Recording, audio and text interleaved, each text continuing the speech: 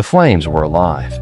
They crawled up the walls like starving beasts, snapping and biting at the old wood of the plantation house. The night air boiled with heat. Sparks burst into the black sky, carried upward by the smoke that rolled like a storm. The grand house, white columns, wide porches, proud and cruel, was collapsing inward, groaning like some wounded monster. Inside, the screams twisted into the crackle of fire. A woman's voice shrieked, then broke, then was swallowed whole. A man's roar turned to coughing, hacking, begging. Glass shattered, timber split. The sound of desperation clawed against the sound of destruction. And through it all, through the smoke, through the fire, she stood in the shadows of the yard. Her hands trembled. Her chest rose and fell in sharp bursts. Sweat and soot streaked her face. Her dress, plain and gray, clung to her skin with the weight of heat and ash. Her name was Evangeline. Before we continue with the video, kindly drop a comment telling us where you are from and what time it is over there. And don't forget to subscribe to the channel. The maid. The servant. The one they called Girl, though she was 23. The one who never had a name in that house, except what was spat at her in anger or muttered in command. And tonight, she was the author of its ruin. She did not flinch when a window burst outward, flames clawing into the night like reaching arms. She did not move when one of them inside screamed her name, not in anger this time, not in command, but in terror. Evangeline, a voice that once commanded her body, now begging for its life. She stared at the inferno, and for the first time in years, her lips curved not into a smile, not yet, but into something darker, something freer. To understand why she lit that match, why she poured the oil, why she watched without blinking as the house burned, one must step backward. Not hours, not days, but years. Back to when she first came to Briarwood Manor. She was born in the swamps, among the cypress and the mosquitoes, where the water never stilled and the air itself felt heavy with secrets. Her mother, Celeste, was a washerwoman. Her hands cracked and raw from soap and river water. She sang to Evangeline at night, soft French lullabies, her voice weary but tender. Her father?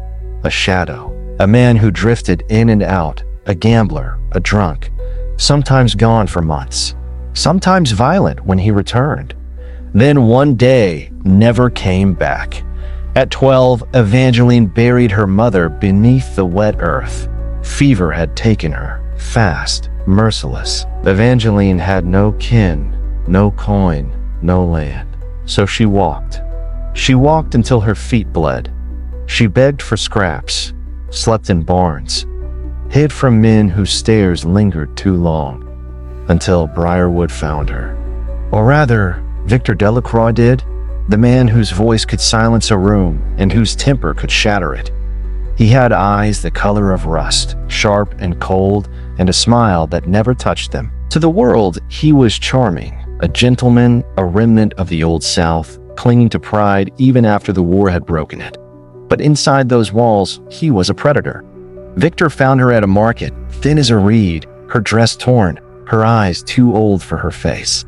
"You look hungry, girl," he said, his voice smooth as molasses. She nodded. "I could use help at the manor. Work hard. Keep your head down. You'll have food, shelter, maybe even a bit of pay." He smiled when he said it, a smile polished for strangers. The smile of a man who played the gentleman when eyes were upon him. She wanted to believe it. She needed to. And so she followed him home, to Briarwood. Briarwood was not a home. It was a throne carved from rot. A plantation house in the sweltering belly of Louisiana, its whitewashed columns gleaming like teeth. From the outside, it looked grand, proud, invincible. Inside, it smelled of mold and old blood.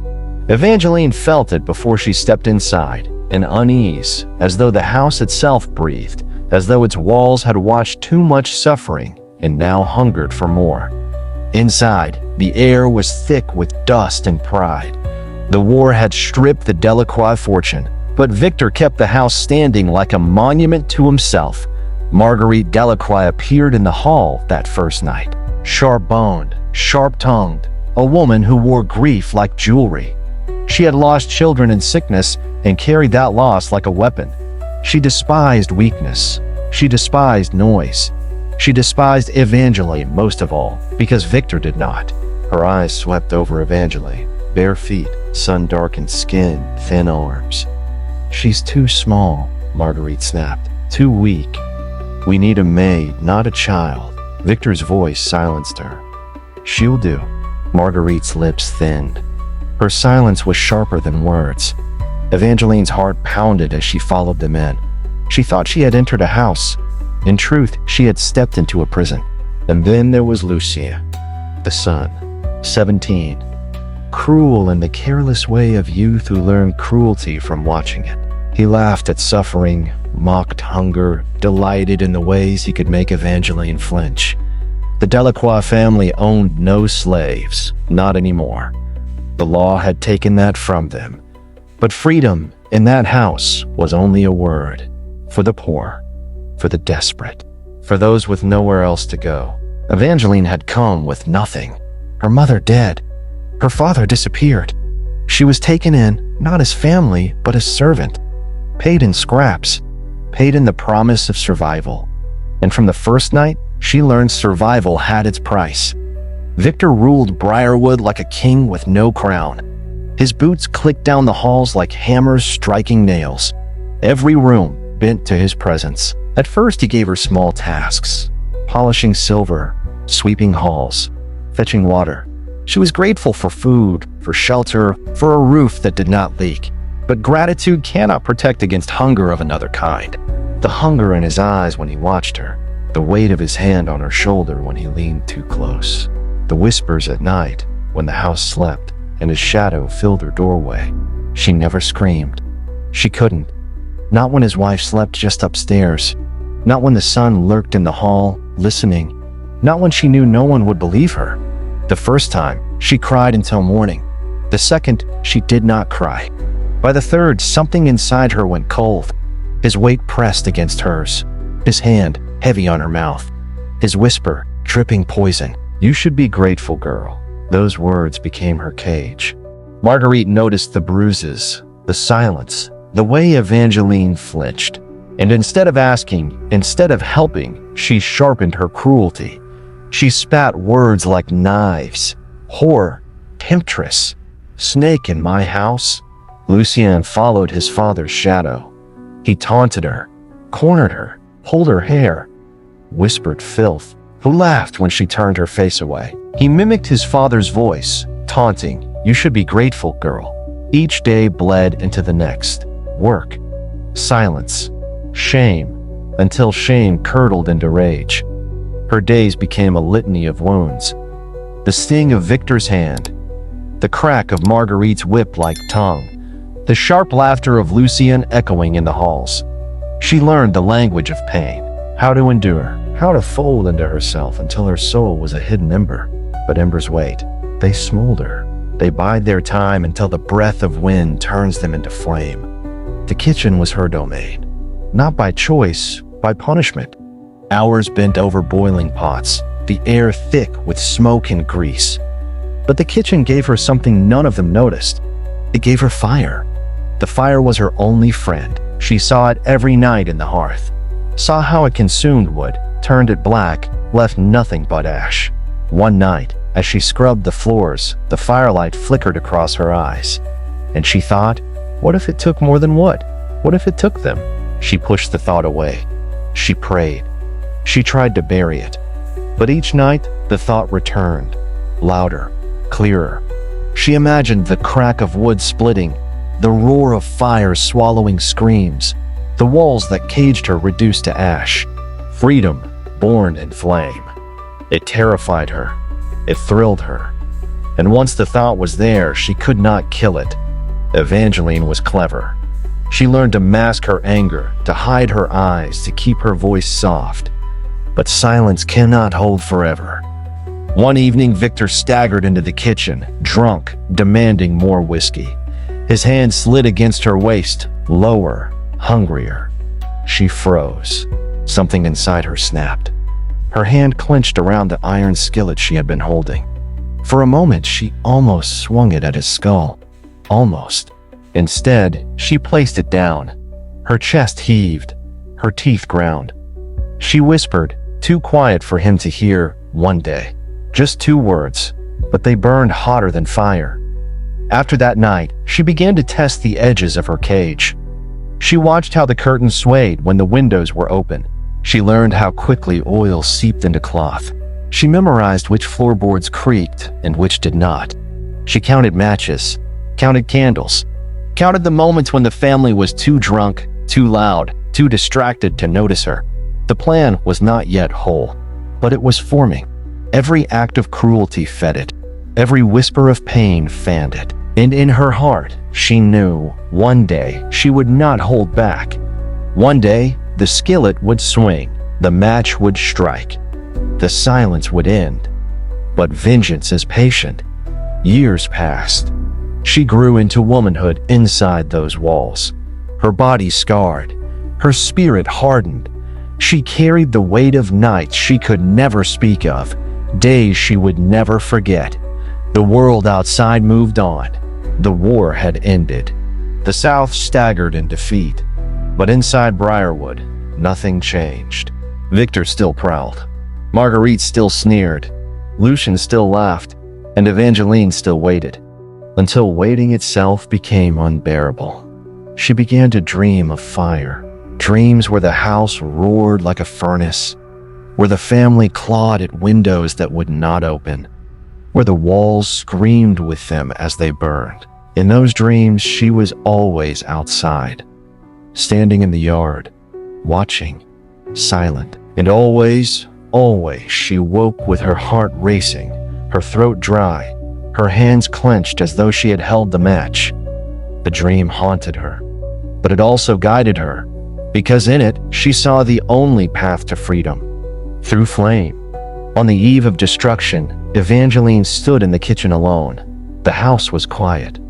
The family asleep. The only sound was the pop and hiss of the fire in the hearth.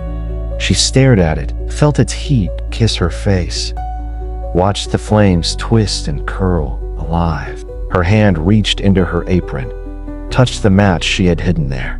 She whispered one word, "Tomorrow," and the fire seemed to answer her. It was July 1871. The air was heavy, thick with humidity, so hot it pressed down on the lungs. The family had gathered in the parlor, arguing as always. Victor drunk, Marguerite bitter, Lucien sneering. Evangeline moved silently among them, pouring wine, clearing plates, invisible as always. But her heart was pounding, because tonight was the night. In her apron pocket was a match. In her sleeve, a scrap of cloth soaked in lantern oil. Her hands trembled, but her eyes were steady. She slipped away as they argued, stepping into the hall. She stuffed the cloth behind the drapes, struck the match, and pressed it into the fold. For a moment, nothing. Then, flame, small, hungry, growing. It licked upward, caught the fabric, climbed higher. She moved room to room, leaving sparks behind. Curtains, rugs, the edge of the staircase. The house was dry, old, eager to burn. By the time she returned to the kitchen, the air was already shifting. The smell of smoke, the faint hiss of fire eating its way across the walls. And then screams. Victor's voice booming in rage. Marguerite's shriek. Lucien's panicked shout. She stood in the doorway and listened. And then she walked outside and shut the door behind. She stood beneath the night sky as the house lit like a torch. The fire roared. The walls cracked. Glass exploded. Orange tongues licked at the heavens. Black smoke coiled upward, blotting out the stars. The air carried a heat so fierce it blistered skin at 20 paces. Victor Delacroix's voice roared inside, choked by smoke. Marguerite shrieked like a banshee trapped in hellfire. Lucien's panicked cries cracked into sobs. And outside, alone in the yard, Evangeline stood. Her face was lit by the inferno. Her eyes reflected the blaze. Her hands trembled, but her body did not move. She did not run. She only watched. Watched as Briarwood Manor burned. Watched as the family who had broken her dissolved into screams and smoke. Watched as the fire painted the sky red and the world she had been chained collapsed in ash. Victor's voice bellowed above the roar. "Help! Help us!" He called her name, not in command, not in cruelty, but in desperation. "Evangeline! Save me!" The irony seared hotter than the fire. Marguerite's shriek followed, high and sharp. "Girl! Girl! Help us!" The woman who had called her whore, who had locked her in pantries, who had spat venom at every breath she took, now begged. And Lucia, boy no longer cruel, boy now a child again, wailed in the dark. His laughter gone, his arrogance ash. "Please, please." The sound of their terror wrapped around her. It might have broken another heart, but Evangeline's heart was beyond breaking. She turned away, and as she did, the central beam collapsed. The house screamed as if alive, and the flames roared in triumph. Briarwood was dying. She had done it. The house that had caged her, the family that had devoured her, the past that had broken her. All of it burning. She whispered to the flames, "Take them," and the flames obeyed. But Evangeline was not alone. Neighbors had seen the blaze from miles away. Lights flickered in distant windows. Voices called in the night. Men came running on horseback, their lanterns swaying. They arrived just in time to watch the grand house collapse into a heap of burning bones. And they saw her, a lone figure in the yard, her apron dark with soot, her eyes red from smoke, her face unreadable. They shouted questions, demands. "What happened? Girl, what have you done?" Evangeline did not answer. She only stared at the ruin, her silence louder than words. Rough hands seized her, yanked her backward. A man's voice hissed in her ear. "You lit it, didn't you?" She did not resist. She did not fight. She let them bind her wrists. Because what use was running? The house was gone. Her vengeance complete. If they killed her now, it would not matter. The fire had already written her story. The courthouse smelled of sweat and wood smoke. Crowds pressed against the walls, eager for blood.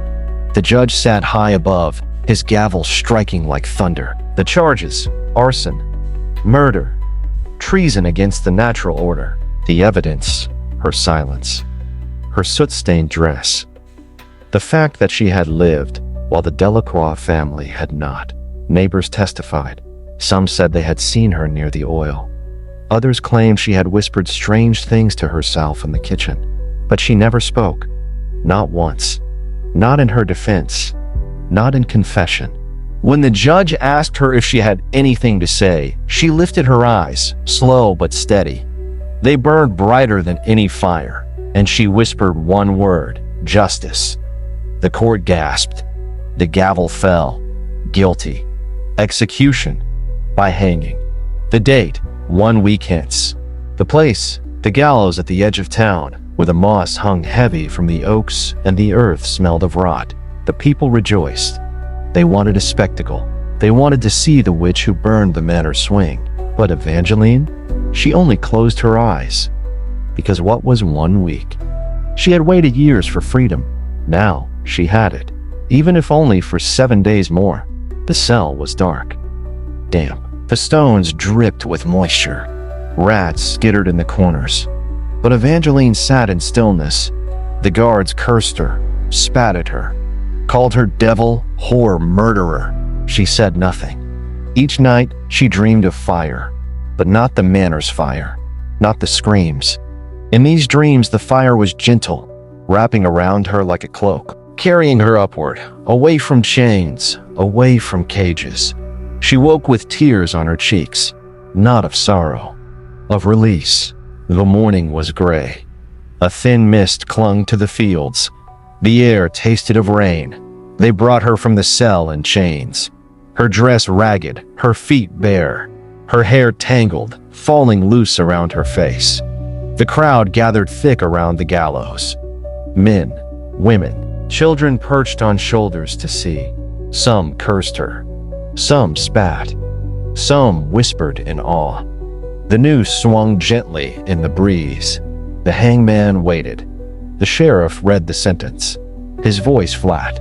Evangeline, for the crime of arson, for the murder of Victor, Marguerite, and Lucien Delacroix, you are hereby condemned to death by hanging.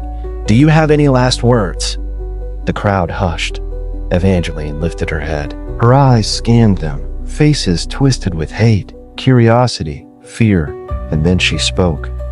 Her voice was low, steady, carved from stone. They broke me. They bled me. They caged me. I was their servant, their plaything, their shadow. But tonight, she paused, her eyes burning. I am free. Gasps rippled through the crowd. She stepped onto the platform. The rope slid around her neck. The hangman pulled the lever. The world dropped away. Her body hung limp, her face calm, almost serene. The crowd muttered. Some cheered. Some crossed themselves. Some turned away, shaken by the fire in her final words. By evening, her body was cut down, buried in unmarked earth. No stone, no marker, only soil and silence. The town tried to forget her, but they could not. History does not remember Evangeline with kindness. Official records call her murderer, monster, criminal. But history was not there in the night. History did not feel the weight of hands that crushed her spirit. History did not taste the shame, the silence, the endless nights of being broken. Evangeline did. And when no one came to save her, she saved herself. Through fire, through ash, through vengeance.